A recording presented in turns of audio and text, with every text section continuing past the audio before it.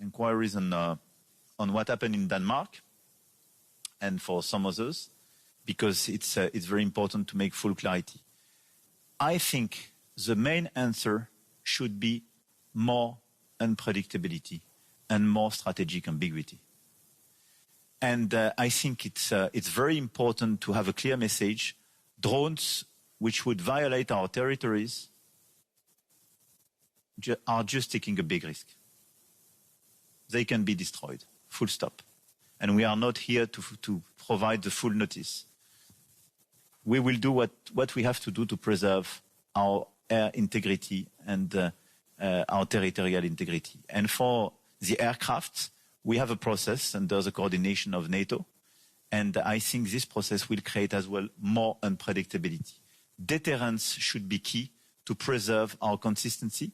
But the message which is very important to convey from this meeting is that we are ready and we are in a position to preserve our air and our territorial integrity. We are ready on the eastern flank of NATO, and we are ready at the same time and on top of that, and without reducing this commitment, to provide security guarantees for Ukraine.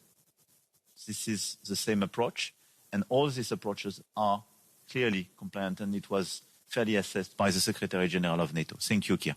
Thank you, Emmanuel. And I think this focus on the shadow fleet is so important. We need to intensify that, particularly in light of what's happened in the last few days. So really important. Donald, can I come to you? Because obviously we saw the incursion of drones and the reaction to that. So over to you, really, because if we cannot ignore the fact that over recent weeks and months, there has been, at the very least, an increased appetite for recklessness on behalf of Putin. So, Donald. Thank you. I will be very brief because I think from my point of view, everything is more or less clear when it comes to the whole war context. First of all, again, congratulations.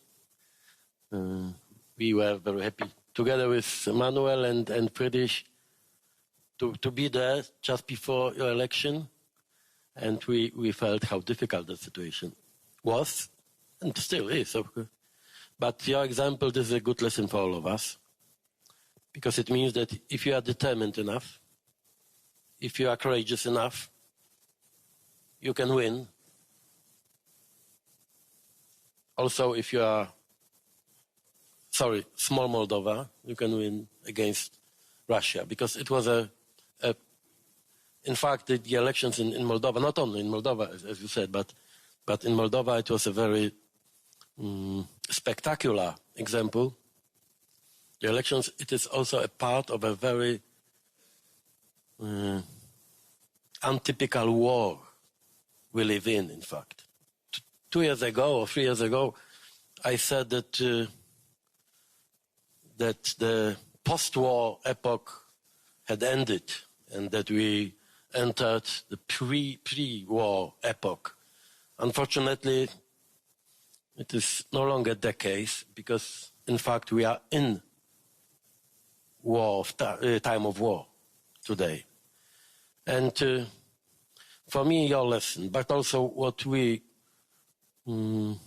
experience in Poland with all these provocations from the Russians and Belarusians.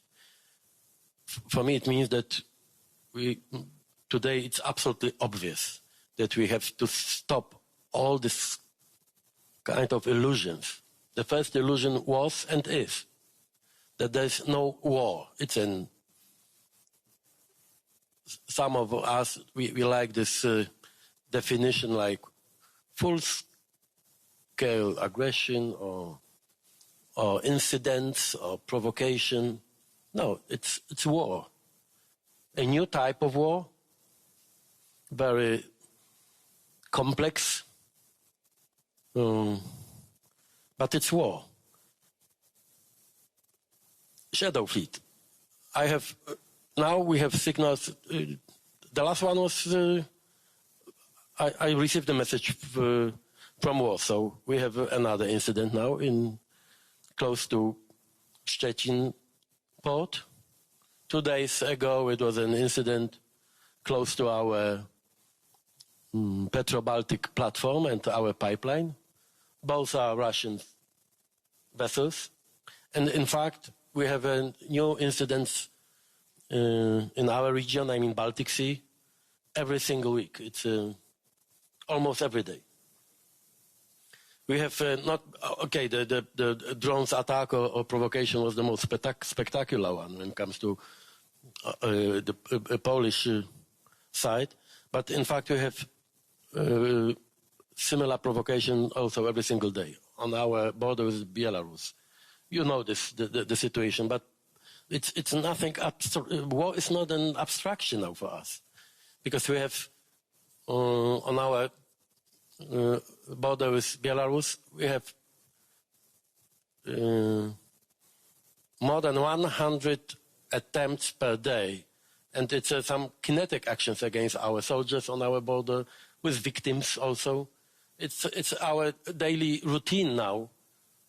This permanent confrontation with Belarusian services and this weaponized illegal migration, really well organized by Putin and Lukashenko. It is a kind of war also. Estonia, dozens of violations. This was not the first attempt, I mean the violations of the Estonian airspace. This is why it is a war. We are also the target for the Russian aggression, not only with the hybrid tools, but also when it comes to political goals, intentions. And it's clear, not only in Moscow, I think that the whole West is under threat. And the aggression against Ukraine is just the first phase of this new approach. Second, we can hear in I think all capitals in Europe this narrative. This is okay. If it is war, it is not our war. It is our war. Okay, Ukraine is in the front line now, but in fact we have this aggressive actions, provocations, etc. And all of us are targets, the possible targets for these attacks. It's Kir, you know this also personally, how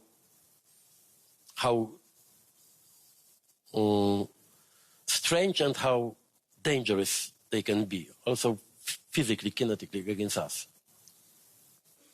It is our war, and if Ukraine loses, it means our failure. I have no doubts in a mid-term or long-term perspective. And the third illusion is also very well prepared by Putin's propaganda, is that we are not able to win this war. That it is impossible for Ukraine and for all of us to win this war. It's an absurd. The only advantage, the Russian advantage, the only one is mentality. We are much bigger than them. You know, the GDP of Poland will be comparable to the Russian one of Poland in 2 years. Economically, they have no chance against us. Our population is almost 500 million. Together with UK have 500 million against 150. We are much richer, technologically, much better prepared. The only Russian advantage is here and here. I mean, they are ready to fight. They are ready to sacrifice something. They are ready to suffer. And the psychological advantage, this is why we are so, sometimes we are so, not decisive enough and not determined enough. And this is why the Moldovan example is so important. It's not only a symbolic one, but also something very practical. If you are determined enough, you can win. And our yesterday discussion about drone wall, about our reactions. Should we destroy the Russian objects over Ukraine or in our airspace? I think it's absolutely clear that the most important and the last step in our efforts how to help Ukraine to win this war is more determination. Money is not the problem. I mean, it's always the problem, but compared to, sorry, not the biggest. No. And this is my appeal. And as I said yesterday, I am not interested in escalation. I am the last one here who is interested in escalation, because we will be the first victim of the war. And for Poland, peace and ceasefire, this is something absolutely the highest priority for us. But we know, not only because of our history, because of geography, but also we know something about the Russian intentions and plans. We know that if they win against Ukraine, it is also in the future the end of my country and of Europe. This I have no doubts. And this is why we have to be as determined as Vladimir and his people, and as Maya and her nation. Thank you. Maya, over to you. Thank you very much. Thank you for your support and for the kind words. The elections we had on September 28th were not simple elections. This was a test for a democracy under attack. Russia spent hundreds of millions of euros in these elections to illegally finance political parties. Well, they've been supporting some political parties for decades, but only in the last 2 years they've created at least 7 new political parties in Moldova. We have it's very easy, as it should be in Moldova, to create a political party. Of course, all these attempts to destabilize the country, all these attempts to hire people on the ground to produce disinformation in addition to what we have been receiving from Moscow. And the lessons that we have learned is that exposure and prevention work. These are the 2 lessons that we have learned, and this is what has helped us. Because we have been exposing, and it's not only the government institutions, but it's also the press, the international press and the local press. For a year, the press has infiltrated, and then later on showed how Russia has been hiring people in Moldova, paying them monthly salaries, teaching them how to create thousands or hundreds of accounts, and then sending them the information that they need to post. This is what was happening, in very big scales. Like the BBC investigation found a network of at least 90 TikTok accounts which produced thousands of videos with 23 million views for a population of 2.4 million people. So we had many such examples, and people could see it and they could understand the threat. And then the prevention, I have to say that after last year's experience, which was very dramatic during the referendum and the presidential elections, our institutions worked really, really well this time. They disrupted all these financial schemes of Russia. They confiscated the money. People who were dealing with this, they got arrested. All those who organized or were trying to organize the vote buying schemes, people could see them on TV. People could see that the money has been confiscated. So the prevention was really, really useful. It is not easy because Russia is using cryptocurrency more and more, and this is where we need to work together to stop the illicit funding, and especially when it comes to cryptocurrency. But Russia had 2 objectives for these elections. One was to capture Moldova through, this was the maximalistic objective, to capture Moldova through these elections, or at least to destabilize the country and to discredit the results. And it has failed because both the state institutions worked very hard, but also it was a whole of society response. And of course, I'm very grateful for your support. The support on intelligence sharing was very useful. Many people, many countries in this room helped us. The cyber defense, we were in a very difficult situation with cyber defense. We managed to fix it 2 days before the election. So we had only 2 days to test it. It was that dramatic. We have learned our lesson. Now we have to work very hard to make sure that we don't get in this situation anymore. Of course, the economic support that we have received, because Moldova's economic situation is not good. The economy is affected by the war next door. The political solidarity that you have shown, all these things, the support for Stratcom, all these things have helped a lot. We have learned a lot of lessons. We're ready to share them with all the countries which are concerned that the elections might be under threat because of Russia.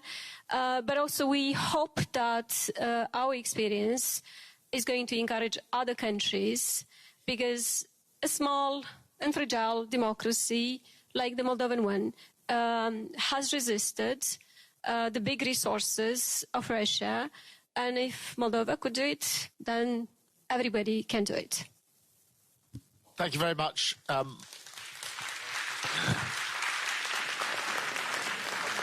Thank you.